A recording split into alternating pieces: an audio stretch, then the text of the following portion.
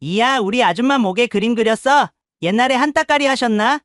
자갈치 시장을 쥐락펴락하려던 조폭들이 한 수산집 여주인에게 시비를 거는 모습이 보입니다. 그러나 그녀가 생선 머리를 자르던 회칼을 탁자에 내려치는 순간 모든 것이 바뀌었죠. 부산 자갈치 시장의 새벽은 분주합니다. 바다에서 밀려오는 습한 공기가 좁디 좁은 골목 사이를 비집고 돌아다닐 때마다 짭조름한 바다 향과 비릿한 생선 냄새가 코끝을 찔렀습니다. 하늘은 아직 검푸른 빛을 띠었고 시장 대부분은 어둠에 잠겨 있었습니다. 이른 새벽임에도 불구하고 몇몇 상인들이 이미 셔터를 열고 있었지만 유독 사람의 눈길을 끄는 한 간판이 있었습니다. 행복수산. 낡은 철제 셔터는 반쯤 올라가 있었고 그 안에서는 도마에 부딪히는 칼소리가 규칙적으로 울려 퍼지고 있었습니다. 김민선 올해 46살이 된 이 여인도 자갈치에서 생선으로 끼니를 해결한 지 8회가 되어갑니다. 첫 경매가 시작되기도 전에 그녀는 벌써 작업대 앞에 서서 손을 움직이고 있었습니다. 민선 씨는 항상 그렇듯 입을 굳게 다물고 있었습니다. 그녀의 손이 대신 이야기했습니다. 작업대 위에서 삼치 한 마리를 단 4번의 칼질로 해체하는 모습은 마치 무용수의 춤사위처럼 유려했습니다. 칼날이 지나간 자리는 마치 실로 재단한 듯 깔끔했고 생선의 살점과 뼈 사이로 스며드는 핏물 한 방울 없었습니다. 그녀의 손은 절대 떨리지 않았습니다. 손가락부터 어깨까지 이어지는 완벽한 동선. 뼈와 마주칠 때는 힘을 실었다가 살을 가를 때는 마치 바람처럼 가볍게. 이것은 수천 번, 아니 수만 번 칼을 든 이만이 가질 수 있는 기술이었습니다. 민선 씨, 또 제일 먼저 나오셨네. 이거라도 한 잔 드세요. 감사합니다. 앞으로는 신경 쓰지 마세요. 퉁명스러운 대답이었지만 옆 가게 숙자 씨는 그 말 속에 숨겨진 따뜻함을 느낄 수 있었습니다.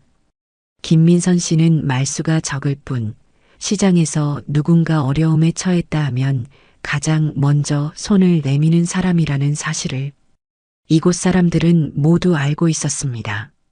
민선 씨는 보리차를 한 모금 마시고 다시 작업대로 돌아왔습니다. 팔소매를 걷어올리자 오른팔 안쪽에 줄지어 있는 흉터들이 드러났습니다. 손목에서 시작해 팔뚝, 어깨, 그리고 등줄기까지 이어지는 상처 자국들은 여름철 반팔을 입으면 자연스럽게 보였고 그 위로 희미하게 지워진 문신 자국이 함께 있었습니다. 한때는 분명 매가 있었습니다. 등을 완전히 덮고 있던 검은 날개와 예리한 눈, 하지만 그 세계를 떠나던 날 문신 위에 매화를 그려 넣었고 세월이 지나며 그 매화마저 희미해져 갔습니다. 지울 수 없는 자국을 남겨둔 이유가 죄에 대한 속죄인지 아니면 스스로에 대한 경고인지는 그녀 자신도 확실히 말할 수 없었습니다. 시장에서 오래 일한 사람일수록 그 자국에 관해 질문하지 않았습니다. 굳이 캐물을 필요가 없다는 것을 모두 이해하고 있었기 때문입니다. 특히 그녀의 눈동자와 손끝에서 느껴지는 정적이 어떤 세월을 거쳐왔는지는 말로 설명하지 않아도 충분히 전해졌습니다. 가게 구석, 냉장고 위 숨겨진 찬장이 하나 있었습니다. 김민선 씨는 물기를 닦은 손으로 조심스레 찬장 문을 열었습니다. 그 안에는 투명 비닐로 정성스럽게 쌓인 사진 한 장이 놓여 있었습니다. 바랜 듯하지만 여전히 선명한 사진. 오래된 항구 한 켠, 22의 민선이 담벼락에 기대어 서 있었고 그 옆에는 짧게 깎은 머리의 18살 민우가 팔짱을 끼고 있었습니다. 둘 다 미소는 짓지 않았습니다. 그러나 카메라를 향한 그들의 눈빛은 지금 그녀의 것과 다르지 않았습니다. 절대 무너지지 않겠다는 단단한 의지, 그 시절. 누구도 감히 다가올 수 없었던 남매의 견고한 결속이 고스란히 담겨 있었습니다. 김민선 씨는 사진을 꺼내 잠시 들여다보다가 작은 목소리로 중얼거렸습니다. 살아있다면 아저씨가 다 되었겠네. 사실 그녀는 한때 거대 조직의 일원이었습니다. 자의로 발을 들인 것은 아니었지만 달리 선택할 길이 없었던 때였습니다. 부모를 잃고 낯선 도시에서 버티던 젊은 시절. 생존을 위해서는 때로 칼끝에 피를 묻히는 일도 피하지 않았습니다. 그 혼란 속에서 그녀가 지키려 했던 유일한 존재는 4살 터울의 남동생 민우였습니다. 그러나 어느 날 모든 것이 무너졌습니다. 그녀에게 맡겨진 단순한 심부름 하나가 경쟁 조직의 분노를 샀고 그날 이후 민우의 흔적은 사라졌습니다. 방 창문은 산산조각 났고 책상 위에는 민우의 배낭만 덩그러니 남아 있었습니다. 아무도 그를 찾지 않았고 조직은 책임을 회피했습니다. 그 순간 김민선 씨는 모든 것을 내려놓고 떠났습니다. 과거의 이름도 인연도 모든 흔적을 지우며 사진 속 민우는 영원히 18배 멈춰 있지만 그녀는 어느새 생선을 다루는 장인이 되어 있었습니다. 칼을 쥐는 방식은 달라졌고 사용하는 목적도 변했지만 손끝에 각인된 감각은 여전히 그때와 같았습니다. 그녀는 사진을 조심스럽게 다시 비닐로 감싸고 찬장에 넣었습니다. 그리고 회칼을 집어들었습니다. 팔뚝에 남은 문신의 흔적, 그 위에 겹쳐진 흉터들. 그 모든 것이 그녀의 삶의 기록이었습니다.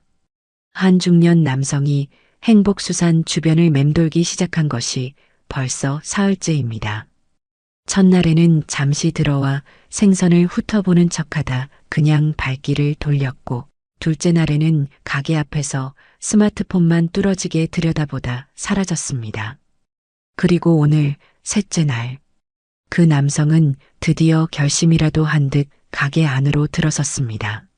참돔 한 마리 부탁드립니다. 민선 씨는 침묵을 지키며 칼을 집어들었습니다. 생선을 손질하는 동안 그녀는 남자의 시선이 자신의 얼굴에 고정되어 있음을 느꼈습니다. 그 끈질긴 시선에 민선 씨는 결국 손을 멈추고 고개를 들었습니다. 제 얼굴에 뭐 묻었습니까? 왜 그렇게 쳐다보시죠? 당황한 기색으로 고개를 좌우로 흔든 남자는 서둘러 지갑을 꺼내 10,000원권 지폐를 꺼냈습니다. 아, 아닙니다. 죄송합니다. 어디서 뵌 것 같아서. 민선 씨는 무표정한 얼굴로 돈을 받고 정성스럽게 포장한 생선을 건넸습니다. 그녀의 손가락에서는 생선 비린내보다 더 짙은 냉기가 느껴졌습니다. 남자는 고개를 살짝 숙이며 인사한 후 가게를 나섰습니다.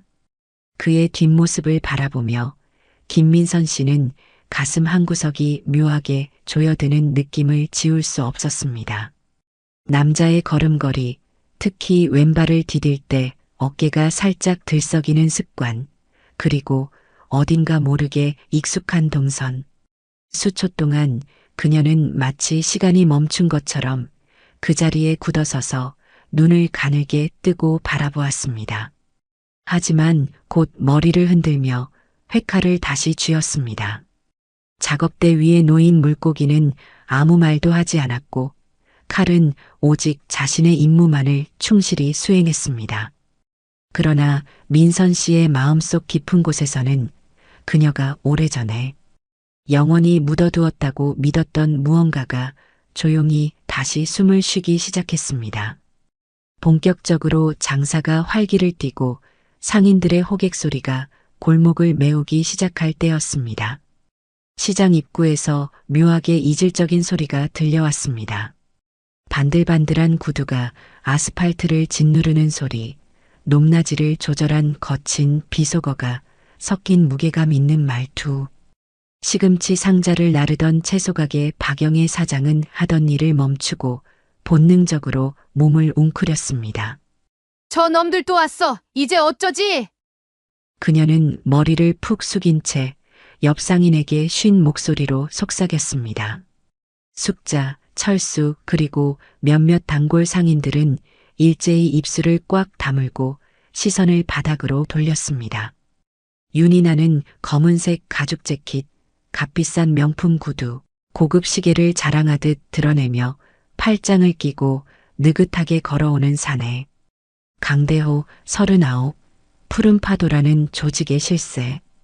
그의 눈에 자갈치 시장은 오랫동안 자릿세를 내지 않고 장사하던 뻔뻔한 사람들이었죠. 보업이라는 이름으로 매달 35만 원. 결코 적은 돈은 아니었지만 상인들은 거절이 가져올 결과를 이미 알고 있었습니다. 아무 말 없이 돈을 내미는 상인들이 대부분이었고 끝내 고개를 저은 젊은 생강 판매상은 허리 높이까지 쌓아 올린 생강 상자를 발길질 한 번에 모두 쏟아야 했습니다. 요란한 소음에 몇몇 사람들이 놀라 고개를 들었다가 이내 자신의 일로 시선을 돌렸습니다. 행복수산.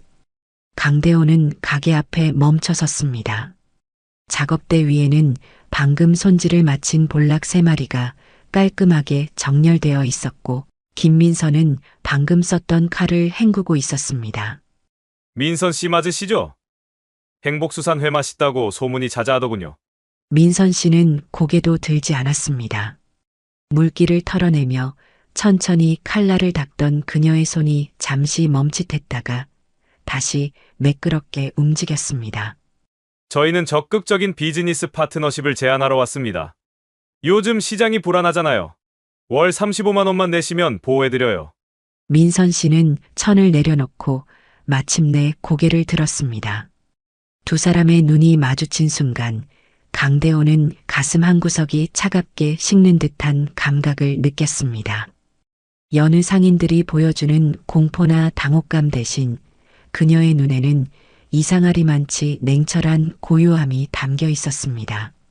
보호는 됐습니다. 그녀는 단호하게 말을 마치고 시선을 돌렸습니다. 강대호는 잠시 어깨를 들썩이며 당황하다가 주변의 시선을 의식한 듯 억지 웃음을 지었습니다. 부하들이 눈치를 살피며 함께 웃자 그는 다시 고개를 돌려 민선 씨를 향해 말을 이었습니다. 아줌마, 말씀 좀 가려서 하시는 게 좋겠어요. 여기 다른 상인분들은 모두 협조적이신데 왜 그러실까? 김민선 씨는 천천히 자리에서 일어섰습니다. 그리고 작업대 한쪽에 있던 물통을 집어 그의 가슴을 향해 휙 던졌습니다. 강대호의 고급 셔츠가 흠뻑 젖었습니다. 부하 중 한 명이 화를 내며 앞으로 다가서려 했지만 강대호는 손을 들어 그를 저지했습니다. 그리고 이내 소리 없이 웃으며 느릿하게 고개를 끄덕였습니다. 재미있군요. 아주머니, 저희가 누군지 아직 잘 모르시는 것 같은데 곧 확실히 깨닫게 해드리겠습니다. 그는 더 이상의 말을 덧붙이지 않았습니다. 그들 일행은 뒤돌아볼 필요도 없다는 듯 당당하게 시장을 빠져나갔고 그제야 상인들의 숨죽였던 긴장이 서서히 풀리기 시작했습니다. 옆가게 상인 박철수가 조심스럽게 행복수산으로 다가왔습니다. 그는 말없이 작업대 위에 흘러넘친 물을 바라보며 아무 질문도 비난도 하지 않았습니다. 민선 씨, 괜찮으세요? 그녀는 말 대신 고개만 한번 가볍게 끄덕였습니다. 입은 여전히 굳게 다물어져 있었지만 그녀의 눈동자는 평소보다 훨씬 깊은 어둠으로 가라앉아 있었습니다. 그날 저녁 자갈치 시장은 묘하게 정적에 휩싸였습니다. 언제나 활기찬 웃음소리와 흥정소리로 가득하던 바다향기 해물탕. 전문점과 골목 구석의 포장마차들도 손님이 드물었습니다. 평소 같으면 물건값을 흥정하거나 집안일 하소연으로 시끌벅적하던 상인들 사이의 수다도 간간히 들릴 뿐이었습니다. 시장 전체가 발걸음을 조심스레 떼고 있었습니다. 누구도 먼저 말을 꺼내지 않았지만 모두의 머릿속에는 같은 생각이 맴돌고 있었습니다. 김민선이 강대호에게 정면으로 맞섰다는 사실이 곧 불똥이 되어 시장 전체로 튈 것이라는 두려움이었습니다. 행복수산의 문을 닫고 정리를 마친 민선 씨는 하루 일과를 마치며 늘 그렇듯 마지막으로 회칼을 손질했습니다. 작업대 위에 흩어진 생선 비늘 몇 조각이 남아 있었습니다. 그녀는 그것들을 천천히 모아 쓰레기통에 버린 뒤 칼끝을 부드러운 천으로 감싸며 손길을 멈추었습니다. 문득 창밖으로 보이는 어두운 골목길이 평소보다 더 깊게 느껴졌습니다. 그리고 아무런 말도 없이 조용히 가게 문을 걸어 잠갔습니다. 그날 새벽에 일이 벌어졌습니다. 행복수산 앞에 놓인 쇼윈도는 누군가의 공격으로 산산조각이 나 있었고 바닥에는 깨진 유리 사이로 돌멩이 몇 개와 함께 종이 한 장이 던져져 있었습니다. 뒤통수 조심해라. 단 한 문장이었습니다. 다음 날 시장 분위기는 누구나 눈치를 살피는 긴장감이 역력했습니다. 겉으로는 평소와 같이 셔터가 올라갔고 물고기는 작업대에 올려졌으며 손님들도 드나들었습니다.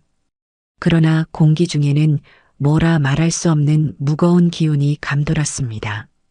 지난밤 김민선의 가게 유리창이 박살났다는 소식은 번개처럼 시장을 관통했고 아침부터 분식집 김창호 사장은 국물보다 한숨을 더 자주 끓이고 있었습니다.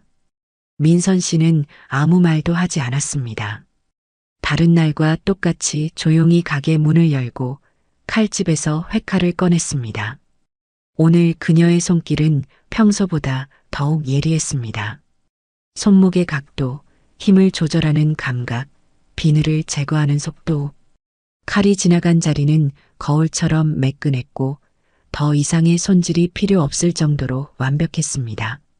하지만 작업대 아래쪽 수건으로 정성스럽게 감싸진 작은 도끼 하나가 놓여 있는 것을 아는 사람은 없었습니다.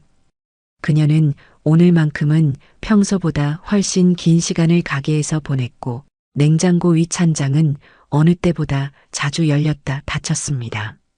낮 12시 반 깡패들이 다시 돌아왔습니다.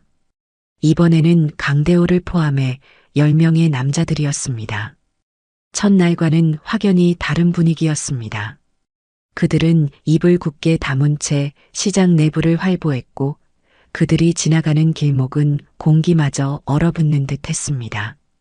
정육점, 야채가게, 장아찌 가게 앞을 서성이며 말없이 상품을 만지작거리거나 진열대를 건드렸습니다. 마침내 그들은 행복수산 앞에 발걸음을 멈췄습니다. 김민선은 작업대 앞에 서 있었습니다. 하얀 앞치마에는 이미 몇 마리의 생선이 깔끔하게 손질되어 놓여 있었고 그녀의 손가락에는 싱싱한 물기가 맺혀 있었습니다. 강대호가 비웃음을 입가에 머금은 채 가게 안으로 성큼성큼 걸어 들어왔습니다. 어제는 제가 좀 설명이 부족했나 봅니다. 다 이해합니다. 바쁘실 텐데 저희가 잠깐만 시간을 빌리겠습니다. 그는 그렇게 말하며 진열된 생선 한 마리를 바닥으로 휙 던졌습니다. 그를 따라온 부하들도 아무 말 없이 차례차례 상품들을 엎기 시작했습니다. 고함보다도 더 시장을 후벼 파는 것은 물이 철벅이고 생선이 바닥에 부딪히는 둔탁한 소리였습니다. 민선은 미동도 없었습니다. 그녀는 그들이 가게를 엉망으로 만드는 동안에도 묵묵히 손에 쥔 칼을 천으로 닦기만 했습니다. 말을 안 들으면 어떻게 되는지 보여드리는 겁니다. 사실 저도 어제는 꽤 신사적이었거든요. 강대호는 민선에게 바짝 다가와 손을 들어 그녀의 뺨을 툭툭 건드렸습니다. 크게 아프지는 않았겠지만 그 소리만으로도 시장 전체가 숨을 멈췄습니다. 민선은 고개를 돌리지 않았습니다. 그녀의 눈동자 깊은 곳에 순간적으로 무언가가 번뜩였다가 이내 사라졌습니다. 강대호는 그 순간의 변화를 놓치지 않았습니다. 그런데 문득 궁금해지는군요. 아주머니, 이 목덜미 문신은 뭐죠? 유행하는 스타일인가요? 그의 손이 서서히 그녀의 목 뒤쪽으로 다가갔습니다. 바로 그 순간 김민선은 번개처럼 빠르게 손을 뻗어 그의 손목을 단단히 붙잡았습니다. 눈 깜짝할 사이에 일어난 일이었습니다. 그렇게 강하게 쥔 것도 아닌데 강대호는 본능적으로 몸을 굳혔습니다. 그녀는 아무 말도 없이 그의 손을 놓아주었습니다. 어색한 침묵이 흐르자 강대호는 억지 웃음을 지으며 뒤돌아 부하들을 향해 말했습니다. 야, 이 아줌마 뭔가 있어? 재미있는 캐릭터네. 그가 웃자 주변에서 일제히 웃음이 터져 나왔습니다. 그러나 그 웃음 속에는 진심이 없었습니다. 부하들조차 방금 전 그녀의 순간적인 반응에서 이상한 감각을 느꼈기 때문입니다. 주변 상인들은 숨소리조차 내지 않은 채 멀찍이 떨어져 상황을 지켜보고 있었습니다. 바로 그 순간 시장 한편에서 누군가 소리쳤습니다. 경찰이 온다! 이 짧은 외침 한마디에 강대호의 일행은 순간적으로 움직임을 멈췄습니다. 그리고 아무런 말도 없이 재빠르게 시장 밖으로 빠져나갔습니다.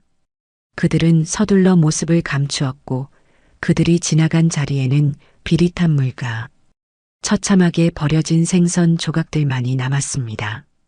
김민선은 침묵 속에 고개를 숙이고 작업대 위에 흩어진 물기를 천천히 닦아냈습니다. 손에는 여전히 회칼이 단단히 쥐어져 있었고 그녀의 등줄기를 타고 매와 문신 아래로 땀방울이 천천히 흘러내리고 있었습니다. 그날 밤 시장 인근의 좁고 어두운 골목길, 가로등 하나 없는 칠흑 같은 어둠 속에서 강대호의 부하 4명이 술에 취한 채 비틀거리며 걷고 있었습니다. 아까 그 아줌마 뭔가 섬뜩했어. 보통 사람 같지가 않았다고. 그 문신도 그렇고 왠지 소름 돋는 기분이었어. 그들이 한창 수다를 떨고 있을 때 골목 깊숙한 곳에서 미묘한 움직임이 감지되었습니다. 어둠에 녹아든 듯 움직이는 검은 형체 하나. 순식간에 맨 뒤에 걷던 조직원 한 명이 소리도 내지 못한 채 의식을 잃고 어둠 속으로 사라졌습니다. 야! 무슨 일이야? 남은 3사람이 긴장한 채 주변을 경계하며 살폈지만 이미 때는 늦었습니다. 그림자처럼 나타난 누군가가 그들을 소리 없이 그러나 치명적인 정확성으로 제압했습니다.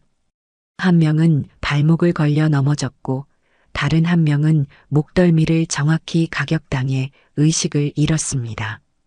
칼날은 사용되지 않았고 피는 한 방울도 흐르지 않았습니다. 그러나 그 움직임은 마치 특수부대원과도 같았습니다.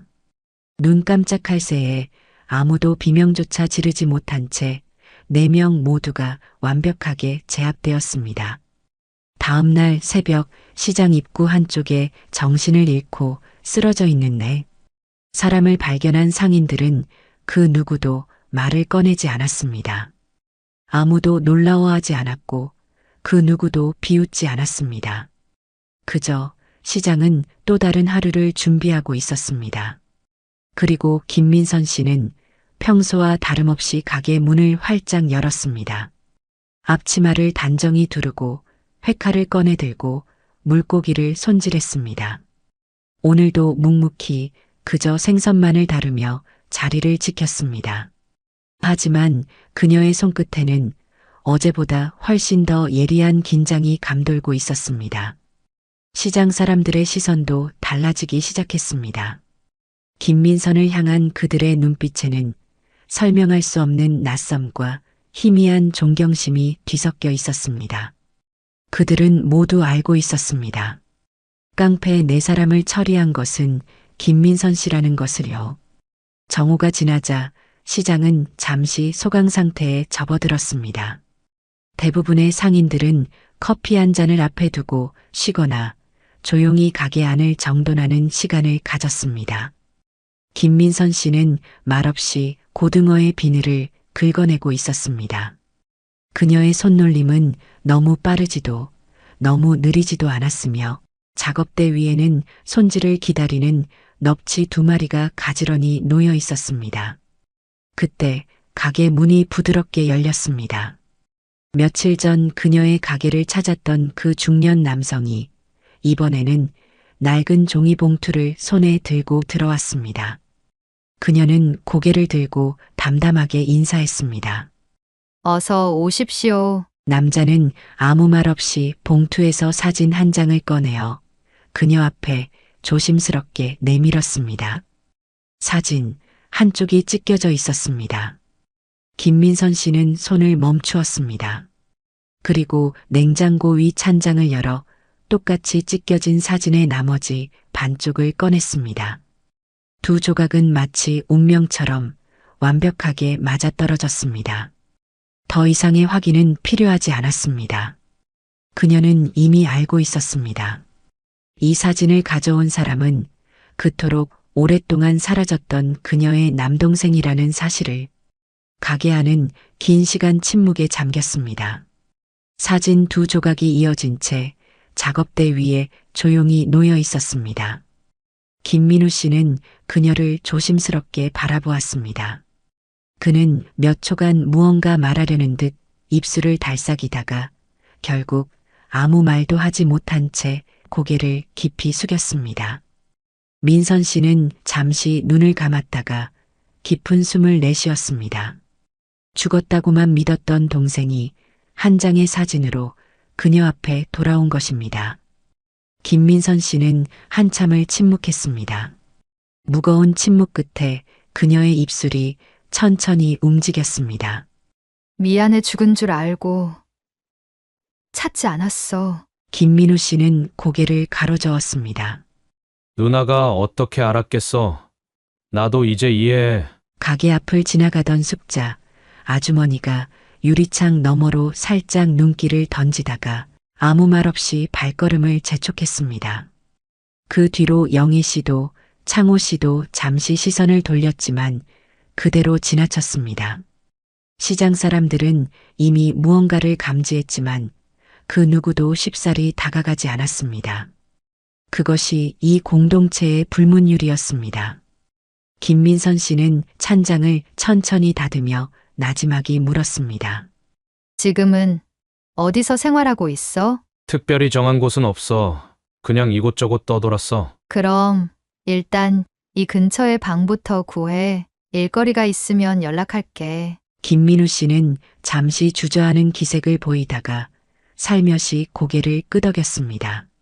고마워, 누나. 김민선 씨는 순간 그 말에 굳어졌지만 아무런 말도 하지 않고 회칼을 다시 쥐었습니다. 아직 손질하지 못한 넙치를 작업대에 올리고 칼날은 수천 번 지나온 궤적을 따라 움직였습니다. 창문 너머로 오후의 햇살이 비스듬히 내리쬐고 있었습니다. 비늘이 튀고 살이 분리되는 소리만이 침묵을 채웠습니다. 하지만 오늘의 고요함은 어제와는 다른 것이었습니다. 사진 두 조각은 이제 하나로 이어졌고 단절되었던 시간은 조금씩 연결되기 시작했습니다. 다음 날 아침 자갈치 시장 골목에는 밤새 내린 비가 남긴 습기가 공기 중에 조용히 맴돌고 있었습니다. 김민선 씨는 언제나처럼 가장 먼저 가게 셔터를 올렸습니다. 짭조름한 바다 냄새와 차가운 아침 공기가 몰아치는 가운데서도 그녀의 손놀림은 전혀 흔들림이 없었습니다. 작업대를 깨끗이 닦고 수족관 커버를 열어 물을 교체하고 진열장을 정돈했습니다. 그 곁에서는 김민우 씨가 말없이 스티로폼 상자에서 삼치를 꺼내고 있었습니다. 서툴렀지만 진지한 태도였고 그녀는 더 이상 조언을 하지 않았습니다. 어제까지만 해도 낯선 이방인이었던 남동생이 이제는 가게 공간을 함께 채우고 있었습니다. 이런 방식으로 배열하면 될까? 민우가 상자 속에 손을 넣은 채 조심스레 물었습니다. 민선 씨는 고개만 살짝 끄덕였습니다. 그래, 물고기 머리가 같은 방향을 향하게 해. 알겠어. 정오쯤 도매 배송차가 골목 입구에 진입했습니다. 차에서 내려진 상자들을 김민선 씨와 김민우 씨가 함께 옮겼습니다. 대구, 넙치, 연어가 가득 담긴 아이스박스를 번갈아 운반하며 둘은 처음으로 공동의 노동을 경험했습니다. 민우 씨는 손바닥에 물집이 생길 정도로 무거운 상자를 날랐지만 한마디 불평 없이 묵묵히 일을 이어갔습니다. 힘들면 잠시 쉬어도 돼. 민선 씨가 말하자 민우 씨는 고개를 저었습니다. 괜찮아. 이 정도는 충분히 할 수 있어. 시장 사람들의 눈길은 온기가 담겨 있으면서도 조심스러웠습니다. 영애 씨는 삼치를 고르다 말고 유리창 너머로 그들을 살짝 쳐다보았고 숙자 아주머니는 생선살을 만지작거리다 말고 살며시 미소를 지었습니다. 누구도 직접적으로 언급하지는 않았지만 모두가 알고 있었습니다. 가게 안의 변화된 분위기, 그리고 오랫동안 헤어졌던 가족이 다시 하나가 되었다는 사실을. 석양이 질 무렵 가게 문을 닫기 전 김민선 씨는 조용히 작업대에 기대어 서서 민우를 바라보았습니다. 이 일 어때? 김민우 씨는 생선 상자를 정리하다 말고 고개를 들었습니다. 솔직히 말하면 어렵네. 뭐 그래도 나쁘지는 않아요. 그녀의 입가에 작은 미소가 번졌습니다. 겨우 입꼬리가 살짝 올라간 정도였지만 민우는 오랜만에 누나의 웃는 얼굴을 보았습니다. 고요한 밤, 두 남매는 나란히 수족관 앞에 앉아 있었습니다. 김민우 씨는 그날 밤 가게 앞에서 잠시 하늘을 올려다보았습니다. 별빛은 도시의 불빛에 가려 보이지 않았지만 공기는 오랜만에 포근하게 느껴졌습니다. 그는 행복수산의 문을 조용히 열고 들어갔습니다. 가족이라는 단어는 아직 낯설게 느껴졌지만 이제는 그 의미에 어렴풋이 손을 뻗을 수 있을 것 같았습니다. 밤 10시가 되자 소리 없이 검은색 승합차 한 대가 모습을 드러냈습니다. 차에서 내린 6명의 남자들은 모두 검은색 재킷에 검은색 마스크를 착용한 채 무언가를 찾는 듯한 날카로운 눈빛으로 주변을 살폈습니다. 그들 한가운데는 강대호가 있었습니다. 오늘은 확실히 끝을 본다. 2번씩이나 망신당하고 물러설 수는 없어. 그의 눈에는 지난번과는 다른 냉기가 서려 있었습니다. 단순한 비린내 가득한 시장으로 생각했던 곳이 이제는 그의 자존심에 깊은 상처를 남긴 장소가 되어 있었습니다. 그들이 시장 안쪽으로 발걸음을 옮기는 순간 어디선가 미세한 발소리가 들려왔습니다. 전깃줄 위를 스치는 바람처럼 날카롭고 물 위를 스쳐 지나가는 물고기처럼 조용했습니다. 김민선 씨는 그 소리를 듣고도 눈을 감은 채 조용히 숨을 들이켰습니다. 회칼을 천에 감싸던 손을 멈추고 찬장 안쪽 깊숙한 곳에서 한 가지를 꺼냈습니다. 오래된 천으로 둘둘 감싼 물건. 그것은 과거를 봉인했던 마지막 단서, 단 한 번도 꺼낸 적 없던 낡은 전투용 장갑이었습니다. 그녀는 천을 벗기며 중얼이듯 속삭였습니다. 이제는 끝내야지. 그녀의 발걸음은 조용했지만 단호했고 강대호 일행의 그림자가 드리운 시장 입구를 향해 천천히 다가갔습니다. 비가 그치고 난 밤 공기는 축축했지만 그녀의 눈빛은 한치의 흔들림도 없었습니다. 그리고 몇 분 후 시장 한복판에 정적이 흘렀습니다. 누군가가 의자를 쓰러뜨리는 듯한 둔탁한 소리, 바닥을 가로지르는 미끄러지는 발소리, 짧은 신음, 그리고 다시 찾아온 고요. 아무도 직접 보지 않았습니다.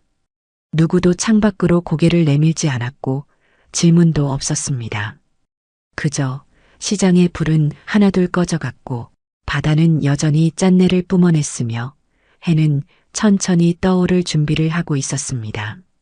그 다음 날 아침 김민선 씨는 평소보다 조금 늦게 셔터를 올렸습니다. 가게 안에는 여느 날처럼 삼치 몇 마리가 정리되어 있었고 민우는 조용히 물을 끓이고 있었습니다. 그녀는 앞치마를 두르고 다시 회칼을 쥐었습니다. 아무 일도 없었다는 듯 하지만 시장 사람들의 눈빛은 달라져 있었습니다. 말은 없었지만 모두가 알았습니다. 그날 이후로 강대호와 그의 일당은 다시는 자갈치 시장의 모습을 드러내지 않았다는 것을